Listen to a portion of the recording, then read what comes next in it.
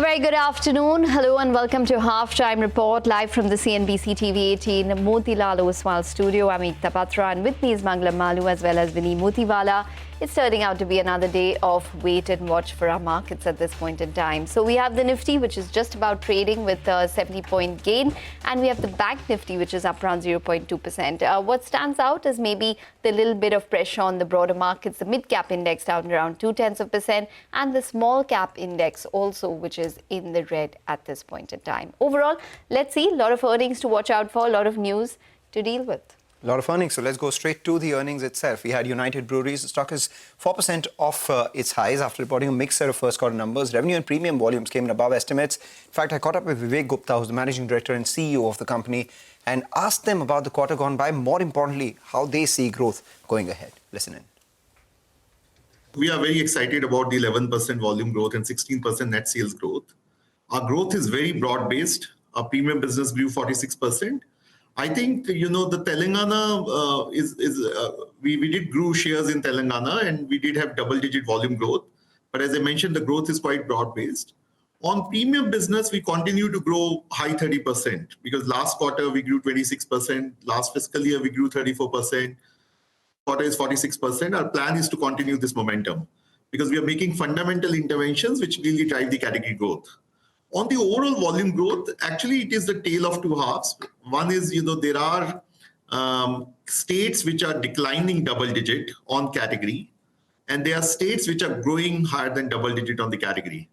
So I think whether this volume momentum sustains, it really depends on how much recovery happens in states like Karnataka, West Bengal, Odisha. And that it all depends on how much policy interventions we are able to work with the government. West Bengal, for example, was really rocking on the category, and last few quarters have been tough for the category because of the duty increases. Karnataka has been few frequent duty increases, and the category is down double-digit. We have to really see where the new interventions stabilize.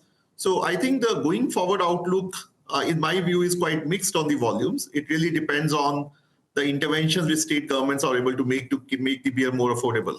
Got that. So mixed on overall volumes, but 30% on premium continues. The last time we spoke, premium was high single digit in your overall contribution with an aspiration for you to go to 20%. Where does that number stand at right now? And what's your aspiration for the end of this year? See, we continue to make progress on the premium business. Like, our shares on premium are 20%. It is still 10% of our business. But, it is growing. The salience of premium is growing every quarter. We have a lot more to do on premium. We now have 20 share on the premium business. And this growth momentum will continue. Okay, so 20% is the share on revenue of premium and 10% is the volume share, right? Yeah, no, what I mean is that 10% is actually our revenue share. Got it. And we are 20% of the premium market. Okay, you're 20% of the premium market and 10% of revenue share. Yeah. What about margins? Because Telangana has taken a price hike, but you said Karnataka frequent duty increases and you've not, chosen to pass them on to consumers as well. You've taken a hit on your margins. Then you have premium products that's margin positive, but at the same time, that's immediate margin negative because you have to introduce newer bottles into the system as well. So look at all of this. Where should one look at your margins by the end of this year? See, I think first thing is, I'm not too worried about quarter-on-quarter progress on the margins because our strategy is to be the category maker and drive category growth. I think as you would see that double-digit volume growth and 16% net sales growth is quite impressive in a full summer season where we grew shares in every single month on all India basis. We were very customer-centric. We had to serve customers in many states like Andhra Pradesh. We had to actually import beer from other states because we didn't have enough manufacturing capacity there. Now we are making a capital investment in Andhra Pradesh to make that happen.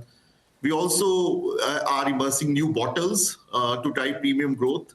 So I would say that, and then also there's a state mix issue as well in Karnataka because Karnataka, the category is down double digit and I think we declined almost 16 to 18% in Karnataka last quarter. So putting all of this thing together, I'm quite okay with the progress we are making on margin. I think it's a glide path. I think, as I said, sequentially, we will improve margins. We are also investing more CapEx. You see our CapEx numbers this quarter are much higher than last quarter in the similar year, in the previous year.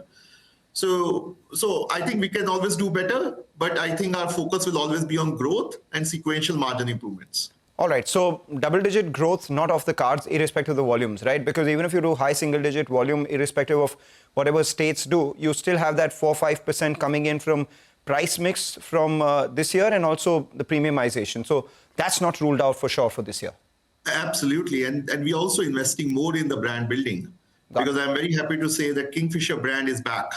We measure brand power, and for after many quarters, Kingfisher brand power is back at one of its peak numbers. So the investment which we are putting together on consumer awareness, on IPL, on in-store execution is working. So our focus will be to continue to strengthen this investment so that we continue to get the operating leverage once the capabilities are built up in the organization. What are the numbers on bottle returns right now? How many did you introduce in this quarter? And what does that ratio stand at, returned versus reused? We introduced almost 30% new bottles. In certain states, we had to do it even more because there was mismatch in the bottle supplies as well. And they were heavy rains. So I'm pretty sure you would have been understanding from other industries. This time, the rains were higher than last similar period last quarter. So we had to actually introduce more new bottles because return bottle system gets impacted when there are heavy rains. So what is your target by the end of this year, give and take all things? We want to actually make sure that the return bottle improve to 73%. So we actually reduce the new bottle by 27% in continuation with our focus on premiumization as well. And what about your updated market share and your target here? Because in some cases, the category is lower, but are you outpacing the category at least? I would say this quarter, our internal estimate is we have actually grown market share with more than 300 basis points. And so it has been a rock at an all India level. Yeah, but this is across premium and popular. Could you give us that breakup? Yeah, on premium, I don't have the numbers offhand, but we have grown shares on both premium and popular, what you call it as mainstream. Our premium share growth, because it's a small contribution to the business and to the category, is almost around 400 to 500 basis point of share growth, and mainstream would be 200 basis point of share growth. But I can give you the exact numbers later on. All right. Final question before we let you go. What about Amstel Grand and the other products? How many Visi coolers have you added during this quarter? Where does that target by the end of this year lie? And the new launches, how have they been doing versus your expectations? I must tell you, we are extremely proud of our execution on Visi coolers. We have actually tripled the number of Visi coolers which were there in the market in the last 12 months. In fact, in this first half of this year, we have put more Visi cooler than what we did in the last full year. So most stores are having cold beer, which is helping the category growth. Amstel Grande, we are just launching in Karnataka. It's already there in Maharashtra. Mumbai, West Bengal is doing extremely well. Heineken Silver is also, we are expanding Heineken Silver as well. So in all, I think we are quite excited with the innovation pipeline we have. And our focus is on excellent execution and making sure consumer try the great beer we have. Okay, an interesting conversation there. United Brewery is expecting to grow in double digit in FY26 as well. But Ekta, we do have Natco Pharma that's coming in terms of flashes also. Yes. So interesting news which is actually coming to us from CNBC Awaaz at this point in time, where they have written to Natco. They're waiting for a comment from them, and maybe we'll hear more once they come out with their earnings as well. But they have plans to acquire South African-based company Adcock Holdings.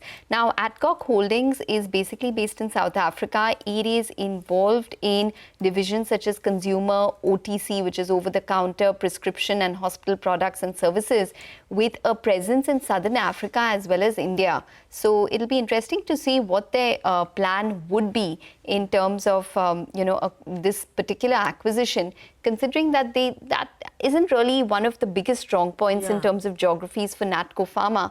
And Natco is primarily based in terms of the US as well as India. That's mainly where their focus is, as well as in terms of specialty generics. Remember, they were the first ones to launch Revlimid generic. And that's the kind of focus that the company has. So it'll be interesting to see what they are planning to do in terms of this geographical diversification and this particular acquisition as well. But this is so spaced at this point in time. We're waiting for the final verdict or comment to come in from Natco Pharma. Stock, however, is reacting positively is up around 1.6%. Absolutely. Will be interesting to watch out for the final comments. But on that note, let's just slip into a very short break. But here's a programming note for all our viewers as we slip into this break. As the workplace transforms, so must leadership. In the Bangalore edition of Future Female Forward Season 3, India's top business leaders gather to reimagine what inclusive leadership looks like and how women are powering the future of work, capital and innovation. Catch it live on July 29th, 5:30 p.m. onwards, only on CNBC-TV18, CNBC-TV18.com and YouTube.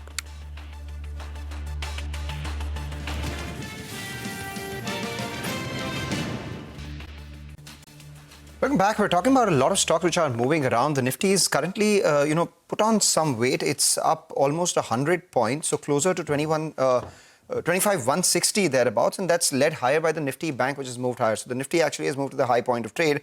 Banking stocks doing well, and a couple of these financials as well are picking pace. So Bajaj Finserv for one.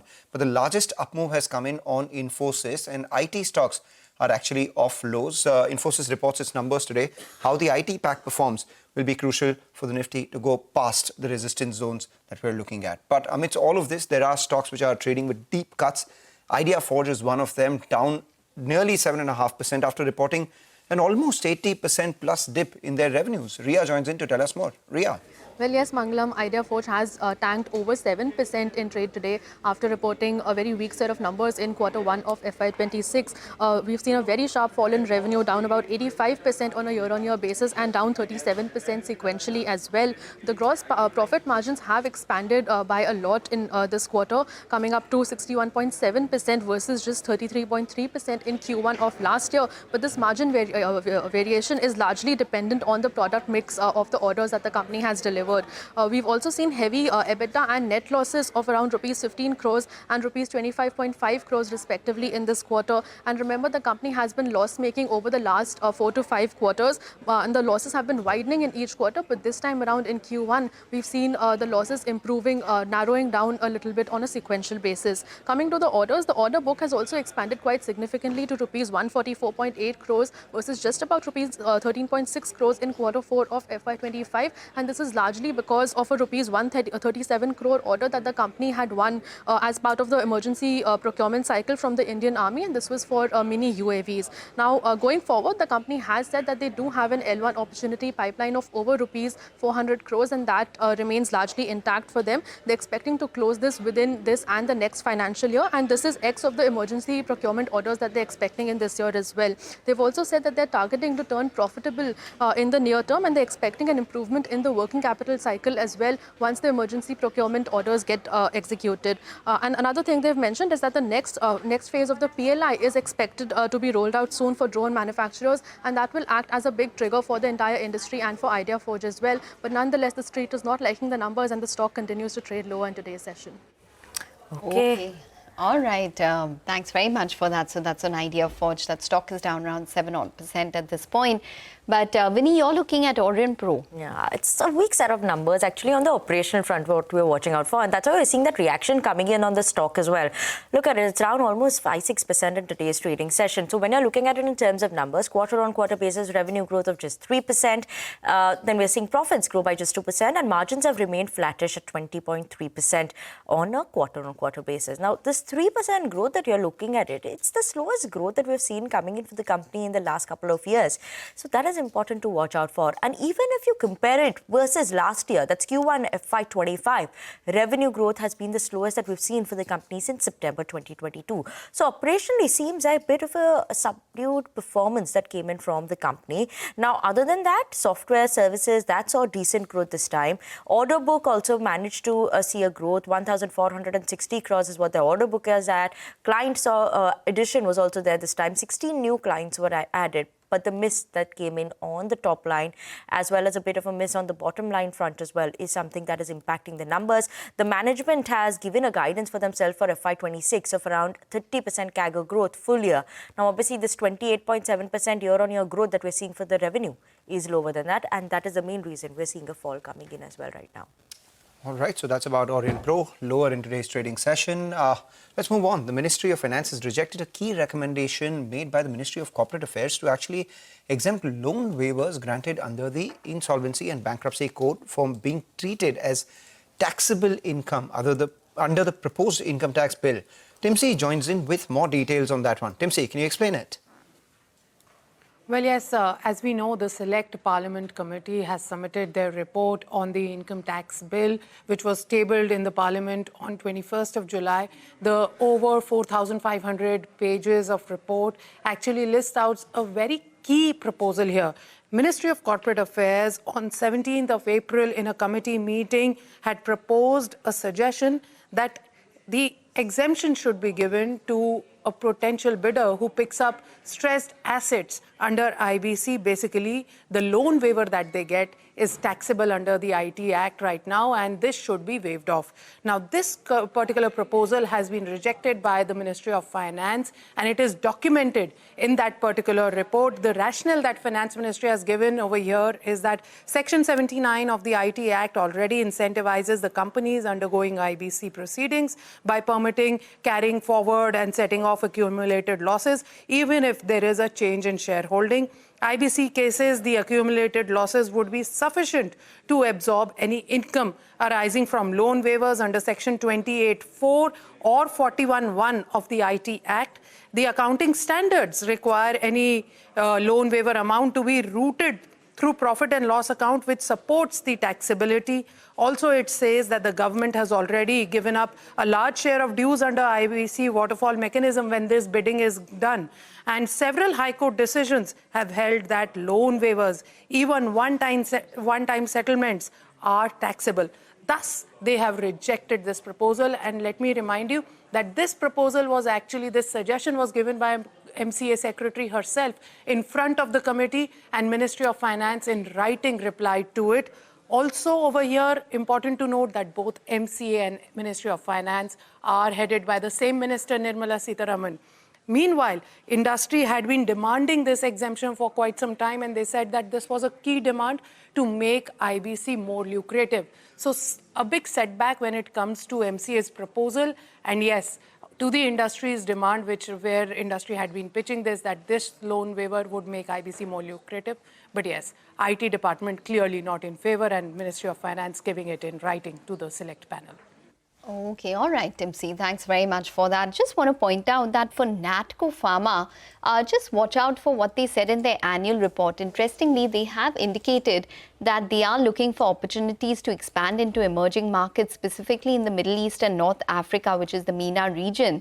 And they have also said that they are they have been actively looking for inorganic expansion opportunities in the international market. So there is a likelihood that, this particular acquisition could probably come about. Remember that Adcock shares have in fact gained ahead of their board meeting today. So that'll be interesting to see in terms of what takes place for Natco. Stock is up around 1.2%. We'll take a short break. Pritesh Mehta from Yes Securities will join in with some trading calls on the other side.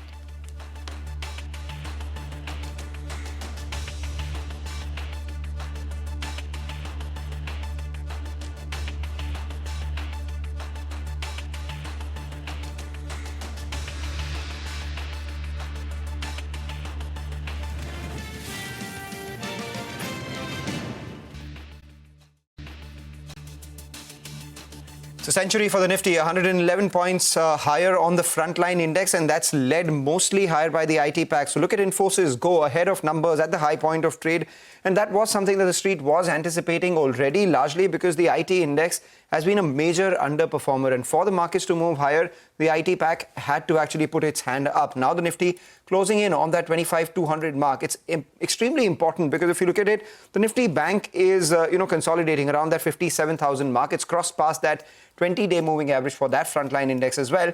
The mid caps too, which were marginally in or deeply in the red, are now just marginally in the red and have recovered from the lows. So I'm keeping an eye out on all these three indices as we look at the F&O setup of the day. The broader markets, we need to watch out for that as well. Do we see the red and green lines come closer and intersect at some point? The green going over the red is something that the street will watch out for in terms of next cues coming in for the frontline index. 25,100 put. Those writers are fairly active, telling you there is strong support at lower levels. 25,000 itself has seen a fair amount of writing. So between 25,000 to 25,100, you are expecting support for the frontline index come in. Now, I'd be very curious to know what happens to the call writers at 25,150 and 25,200. Why do I say that? Because there is still a premium of 60 rupees available at 25,150 call. They're hoping for resistance coming in at around 25,200. If the market, with the ferocity with which the IT stocks are moving higher, does go ahead and cross past that 25,200 mark, then we have both the 25,200 call writers and the 25,150 call writers being a little jittery and perhaps thereafter cover some positions. So that may not rule out a move all the way up to 25,300 if the market was to sustain the current up move coming in from the IT pack. Couple of stocks which are on our radar. A lot of long positions added on names like IRFC and Paytm. Both of them reported good results. Okay, all right, Manglam. Well, that's on the F&O space. We do have Pritesh Mehta now joining in from Yes Securities to tell us what he's tracking today technically. Pritesh, well, it's been a tight range for the markets. So tell us, is it an index call or are you more confident on stocks? Good afternoon. See, this as far as index is concerned, this market is choppy. It is like that zinc or bigger at this moment. Even when you look at a customized top 10 Nifty index, which is made of highly weighted top 10 Nifty stocks, it is showing structure of lower tops and lower bottoms. It tells us that it's not the right time to look at, to hope for a leadership stock or sectors to lead from front. In fact, it's not a right time to go for a top-down approach in this market. Being stock specific or looking out for stocks from the broader markets would be the right way to put this market because it is lacking the leadership direction at this moment. Okay, Pritesh, and what would be the stocks that maybe you would look out for today? So we have two ideas, both on the buy side, because the support of the index is holding on of 24,900. So first recommendation is buy on LTF. Now see, after 1 year of consolidation, in fact base consolidation, it finally broke out in early June. Thereafter, we are witnessing follow-through moves coming in. In fact, we are witnessing bullish data breakout, bullish sector column follow through. So from here on, it tells us that it is trending higher. It is outperforming when the market is not showing much strength. So buy for a target of 245. The stop loss would be 203.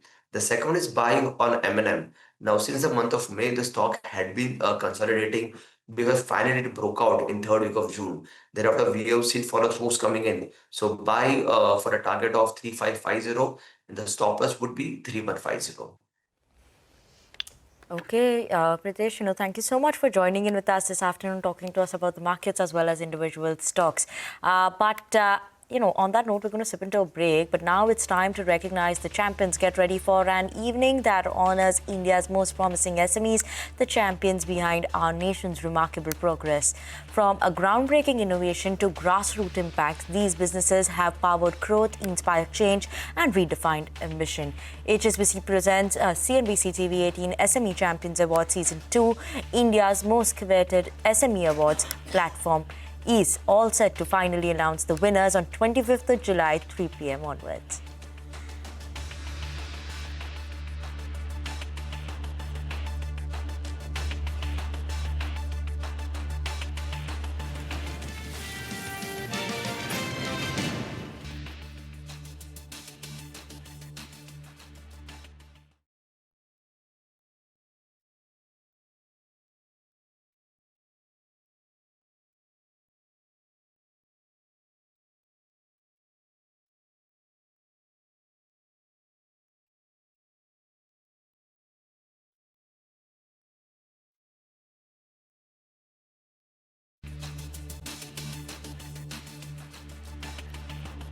Welcome back, and joining us on the show now is Mr. R.S. Sodhi. He's president at the India Dairy Association. Mr. Sodhi, hi, thank you so much for joining in.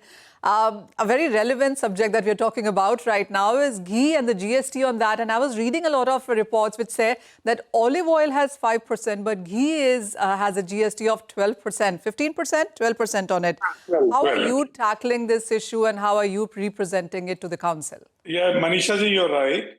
Unfortunately, all the imported edible oils, whether olive oil, have only 5%, But Indians farmers produce of 80 million families is taxed at 12%. So Indian dairy industry is basically trying to convince the council and the member that ghee is not a luxury product or butter. It is a farmer's produce, 100% pure, no other ingredients other than the milk. So any tax, if you tax it high, it impacts the farmer's income. And second, ghee in India is not consumed on the people who live in at Pedder Road and South Delhi or etc.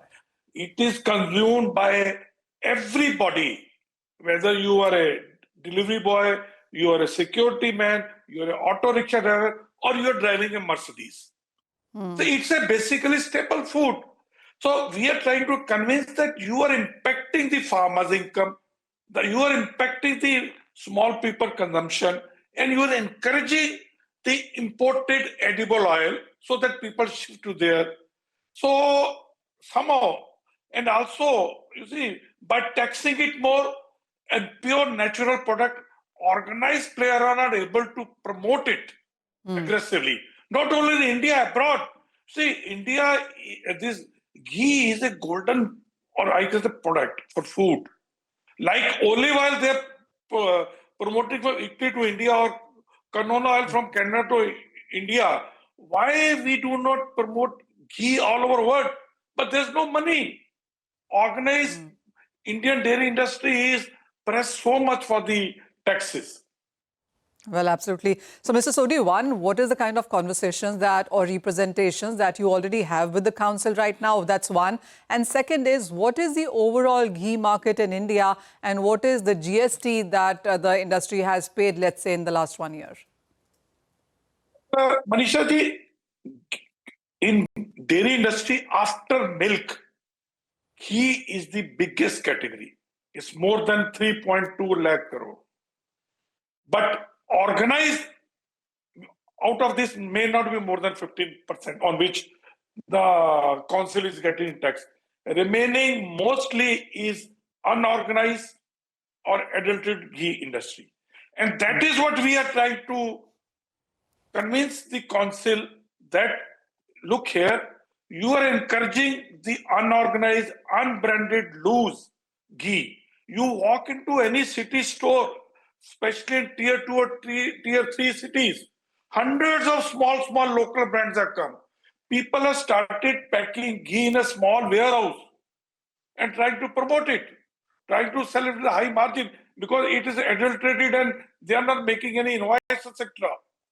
So by taxing it higher, we are encouraging unorganized, unbranded, adulterated market. And let me also tell you, before this GST came, when VAT was there, in most of the consuming states, whether you take it Gujarat, you take it all the southern states, etc., ghee was taxed only 4 to 5%. Only after the GST coming, it has been taxed at a higher level just to fetch more GST from the organized sector. But overall, we are losing in the GST.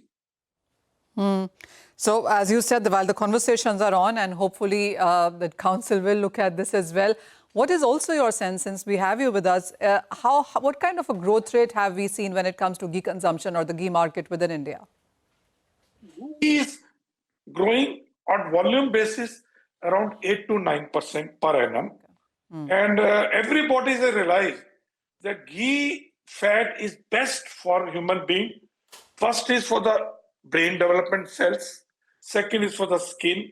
Third is for all the joints and also for the immunity. So now ghee is consumed by everybody. Everybody is like that dairy fat is good for human health. Oh, well, absolutely. So, Mr. Sodhi, as you said, there are representations made and expecting that a fair reform is what the industry can see within this. So, how are you pushing it? Where have the conversations landed until now? And what is your next step on this? Indian Dairy Association has made representation to GST Council. Okay. And we have also tried to convince the various state finance minister because they are the member of the council. And 3-4 GST council meeting, it has been discussed. But the buck has stopped because people feel, the member feels that they will lose the GST on the existing, because when you reduce from 12 to 5%, but they are ignoring that the unorganized or unbranded market will come to them, because everybody wants to follow the compliance, everybody wants to pay, but because of higher taxes, unorganized trade is growing and the organized trade is under pressure. So what is the kind of GST that the council seems to be collecting at this point in time? And the other factor clearly would be, Dr. Sodhi, that the GST collections, if cut from 12 to 5%, would go down considerably. Is that something where the buck as well stops? Yeah, I think that is the main. Right now, you see, I believe around 40 to 50,000 crore market is paying the GST at the rate of 12%. So you can say around 5 to 6,000 crore rupees is the maximum they are getting. And if they start charging low tax, so they'll be able to collect on the all 3 lakh crore, multiply by 5%. So you can imagine they will collect around 15,000 crore per annum, which is very high. And more than the GST, please imagine on 1 kg of ghee, farmers is paying around 70 to 80 rupees per kg GST, and 15-liter milk makes 1 kg ghee. So if you reduce GST from 12% to 5%, that is 7%, you can increase farmer price of milk by 2 to 2.5 rupees. So farmer's income will increase more than the second side. The government or the GST council will able to collect more GST from the unorganized and unbranded markets. Oh, well, absolutely. There are a lot of steps that can be taken if this is corrected. And absolutely get your point, Dr. Sodhi, on that. And wouldn't you? Because wherever you stay, well, ghee is a daily diet here. And I'd rather pay GST on sesame oil and olive oil and avocado oil, where you don't have a GST, but you have a 12% GST on ghee. So I think I'm with him on this one. Well, Manisha, I just want to leave our viewers and you with some statistics. India comprises of 70 to 80% of the ghee consumption in the world. Correct. We dominate it, and each person consumes around 2.8 kgs per year of ghee themselves. Wow. So that's the amount of ghee Indians eat. We dominate it. It's around... And we're paying 12% for what we're making at home. That's a bit expensive over there right now is what I'm feeling. So majority of consumption of ghee and sugar is in India. But in any case, those are some statistics for you. Mr. Sodhi as well as Manisha, thank you very much for taking us through that conversation on ghee. Very interesting and great time actually to be talking about it, just about lunchtime. But nonetheless, we need to take a short break. But as we do that, a reminder for our viewers, unlock a world of exclusivity, expertise and influence.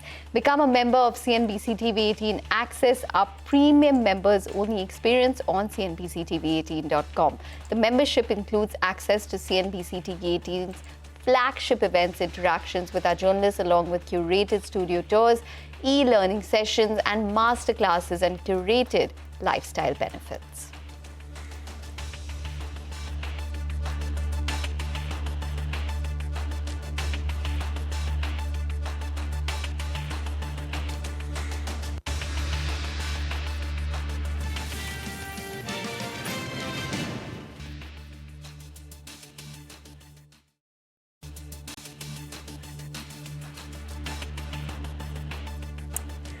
Welcome back to Halftime Report on CNBC TV18. As of now, Nifty is trading at the day's highest point. So yes, up 0.5% in today's trading session. What we're seeing in terms of the move that is coming in for some of these names, let's look at some of the Nifty 50 names today. We have Tata Motors, Bajaj Finance, Shriram Finance, which are managing to hold on to strong gains. While among the losers, we have Tata Consumers. That's under pressure ahead of its numbers. So keep an eye out on that. And with that, HL is also out. Dr. Reddy's will be reporting its numbers today. That's a bit muted in today's trading session. So yes, that's how the market setup is looking like as of now. But Nifty almost near the day's highest point. But we have Akasa Air that is aggressively aiming at capacity expansion and plans to increase its fleet to 226 aircraft, and this is by 2032. My colleague Abhimanyu Sharma actually caught up with Airlines CFO Ankur Goel to talk about the growth plans and Indian aviation outlook going forward as well. Listen in. We have got 226 planes on order. All of these are Boeing family aircraft. We're expected to get all of these aircraft by 2032. Right? So you will continue to see us add a lot of capacity, lot of planes every year. We're currently at 30 aircraft. We'll add 1/3 of the capacity of last year this year. So you should see a 33% growth sort of a capacity in the available seat kilometer that Akasa generates in FY26. We grew at 50% last year in terms of ASKs. So what you will continue to see us, as we add this capacity, we will have probably a CAGR of around 25 to 30% year on year. What is the current cost versus revenue gap? How are you looking to narrow it? And what is the kind of profitability you're looking at? When are you looking to break even? So compared to last year in FY25, our unit revenues grew by 13%. This is unit revenue is a measure of the quality of revenue, a measure called RASK.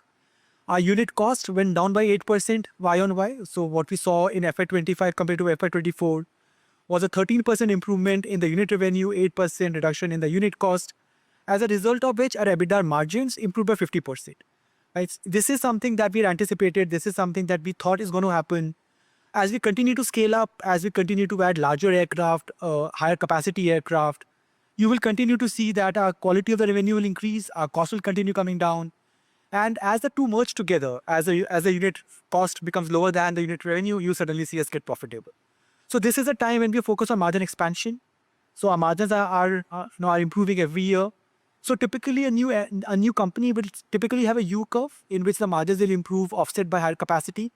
And then comes a stage wherein the margin improvement is more than the capacity that you add, and that's when you're done profiting. Even as several airlines plan to expand, plan to gain in capacity, we can't ignore the reality that the sector has witnessed several shutdowns in the past few years or even the past few decades. What are the kind of key asks from the government as far as ensuring a red carpet for airlines, both domestic as well as foreign airlines is concerned, to also ensure more profitability for them and more penetration into a largely underpenetrated market like you alluded to India? So India has always been an extremely underpenetrated market. There's always been a demand-supply mismatch, and that is only widening now. So despite all the aircraft order that's coming in, we are just not adding capacity fast enough. What we are seeing is a very strong push, a very strong regulatory push with the government, in which there's a lot of things that the government has done to enable airlines not just exist, but also thrive. We have seen the regulatory processes become a lot more transparent, a lot more faster. We have seen reduction in fuel VAT across multiple cities. We have seen tax subsidies to the MRO. GIFT City has been set up to enable leasing. There's more and more capex getting deployed towards airports, both towards modernization and towards creating new airports. So the government has really worked behind the scenes to ensure that the sectors in the country really live up to the expectation that is there. Because aviation is not just for travelers. This is an infrastructure. And that's how we view this. This is a great opportunity for us to contribute to the GDP of the country. All right, interesting conversation there with the management of Akasa. In fact, we take that short break. As we do that, let's tell you about our new offering, CNBC-TV18 Prime, which brings you insights from policymakers, business leaders and economists shaping both the world and India's future. CNBC-TV18 Prime decodes global shifts and their impact on Indian businesses, giving you unparalleled insights. You can tune into CNBC-TV18 Prime at 12 noon for Global Reset, 1 p.m. for the Big C, and Global Lens at 8:30 p.m. on weekdays and weeknights.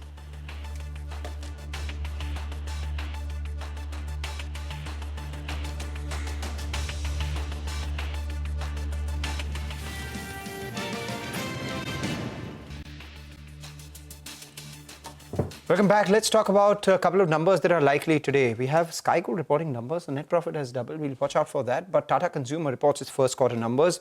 The street is working with an 11.5% sort of revenue growth coming in for the company. And a large part of that would be price-led. Some part of that would be led by about 350 crores revenue coming in from organic India. The stock has been an outperformer, trading at around 53 times FY27 earnings. What is it that we need to watch out for? Margins. I'll be watching out for that very, very crucially, because a large part of the revenue growth has been on account of price hikes taken in the tea portfolio, and tea prices have rallied. So that may continue to impact the margins of the company over the next couple of quarters. That's what the management has been speaking about as well. So to that extent, there would be a decline in the EBITDA and the margins. Net profit grows at around 14% year on year. We're looking at a number of 330 crores. The India beverages business, led by tea, should grow between 12 to 15%, and that's largely on account of price hikes taken in that portfolio. Foods business should grow mid-teens as well, again, led by price hikes and premiumization in the salt portfolio. Capital Foods in Organic India should be about 350 to 330 sort of crores per quarter. The company believes that this can scale to around 500 crores in the next couple of quarters. And finally, we'll watch out for Narishko, which is supposed to be the growth driver for the company, but this time around, because of weakness in the summer portfolio or unseasonal rains, this business could grow no more than 2 to 3%. All in all, management commentary crucial for Tata Consumer. But Ekta, apart from Tata Consumer, you also have another Nifty company. Dr. Reddy is reporting their numbers. What is the street expecting? For Dr. Reddy's, we are expecting a revenue growth of around 13% EBITDA to probably come in at around 2,201 crores, and that would result in margins of around 25% and a profit which would be around single-digit growth, so up around 6% is what we're anticipating. Revenue growth is expected to be led by the integration of their Nicotel acquisition, which they've recently made. North America sales are expected to be under pressure, led by price pressure in this drug Revlimid generic, which most of the players are going to see this quarter onwards. So estimates are wide for the North American market, from a decline to a marginal growth. For Revlimid sales, estimates are wide. Again, 140 million to 180 million versus 150 million year on year. Expect India to grow around 8 to 10%, aided by the in-licensing of the Sanofi vaccine and the JV with Nestle. Margin range is anywhere between 23 to 28%. Commentary on the semaglutide opportunity. Delhi High Court restraining DRL and one source from selling semaglutide in the domestic market, and also the biosimilar launch. Remember, for FY26, the guidance was double-digit top-line growth and flat margins. They're confident of 25% margins even post-Revlimid generic. So one will have to see what Dr. Reddy's will eventually report. All right, so that is about Dr. Reddy's. With that, we'll talk about the entire sector now instead of just two stocks. The quarter tak segment, where we get you expectations from each sector. Vamakshi joins in to tell us what capital goods companies are likely to do in the first quarter. Vamakshi.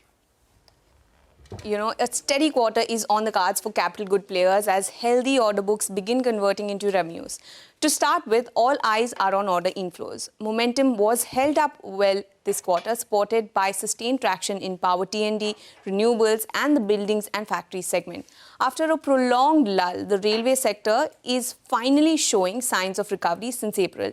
Early days, but the trend is turning positive. The standout performer, though, Hitachi Energy, with order inflows expected to surge fourfold. BHEL is likely to post a strong 37% year-on-year increase, while CG Power is set for a solid double-digit gain. On the other hand, we do have Thermax as well as ABB. They may see mid-single-digit growth, and Siemens could be the only name in the red, with a slight dip in order inflows, a rare miss in an otherwise upbeat sector showing. Next up, revenues.